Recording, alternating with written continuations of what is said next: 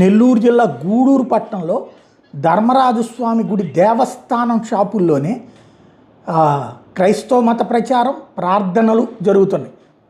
చివరికి అంటే దేవుడికి సంబంధించినటువంటి ప్రదేశంలోనే గుడి ప్రదేశంలోనే జరుగుతున్నది. దీన్ని హిందూ సంఘాలు ప్రశ్నించినటువంటి ఉదంతం.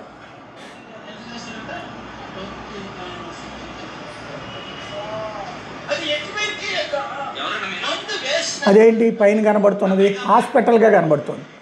ఆ గుర్తు చూస్తే ఏముంటుంది, హాస్పిటల్ గుర్తు. అది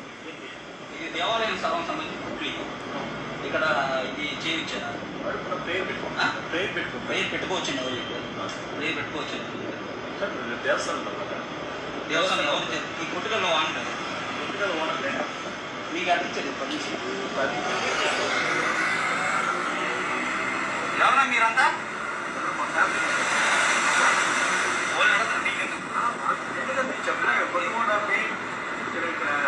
షాప్ లీజ్ తీసుకుంటుంది లేదు కదా, లీజ్ ఎవరి పేరు మీద ఉంది? లీజ్ పర్మిషన్ తీసుకుంటారు, నా పేరు మీద ఉంది. మీ పర్మిషన్ ఏంటి?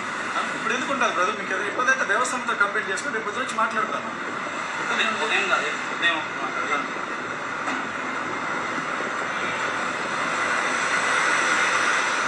అన్ని మతాలకి డైరెక్ట్గా చెప్తున్నాడు, అవును ప్రార్థన చేస్తాను, నేనే రైజుకి తీసుకున్నాను, నా దగ్గర కాగితాలు ఉన్నాయి, వాళ్ళు ప్రార్థన చేస్తున్నారు, తప్పేంటని అడుగుతున్నాడు.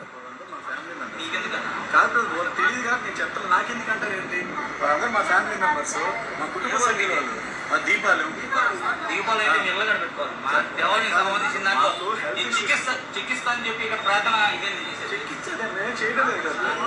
జస్ట్ ఊరికే మా ఫ్యామిలీ కోసం మేము ఎవరిని డిస్టర్బ్ చేయకుండా క్లోజింగ్ టైంలో పెట్టాము.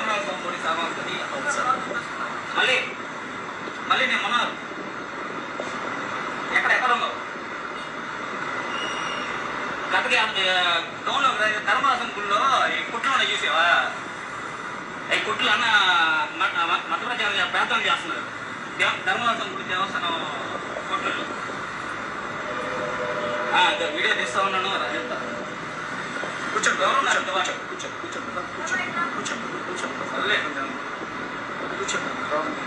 ప్రాబ్లం ఏం లేదు, తీసుకున్నారు కదా. దేవుడి కుట్లు ఉండకూడదు. మీరు హిందూ దేవాలయం నమ్ముకునేటప్పుడు హిందూ దేవాలయం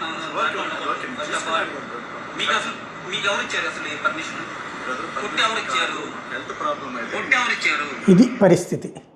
ఇట్లాగా దీన్ని ఏమన్నాలంటే మా హెల్త్ ప్రాబ్లం ఉంటే ఇంట్లో పెట్టుకుంటారు, కొట్లో పెట్టుకోరు కదా. హెల్త్ ప్రాబ్లం ఉంటే హెల్త్కి సంబంధించిన అంశం ఎక్కడ? ఇంట్లో పెట్టుకోవాలి కదా ప్రార్థన. షాపులో ఎట్లాగంటే గుళ్ళ దగ్గర కూడా ఇది జరుగుతుంటే ఇది మామూలుగా చూసే వాళ్ళకి ఏమనిపిస్తుంది, అయ్యో పాప వాళ్ళు పెట్టుకుంటే ఏముందిలే. గుడికి సంబంధించి ఇప్పుడు అదే చర్చిలో ఇట్లా పెట్టుకోవడానికి ఒప్పుకుంటారా? మసీద్ దగ్గర ఇట్లా పెట్టుకోవడానికి ఒప్పుకుంటారా? ఒప్పుకుంటే అసలు గొడవే లేదు. హిందువులకు సంబంధించింది ఏదైనా పెట్టుకుంటే ఒప్పుకుంటారంటే అది అసలు లెక్క ఇక్కడ.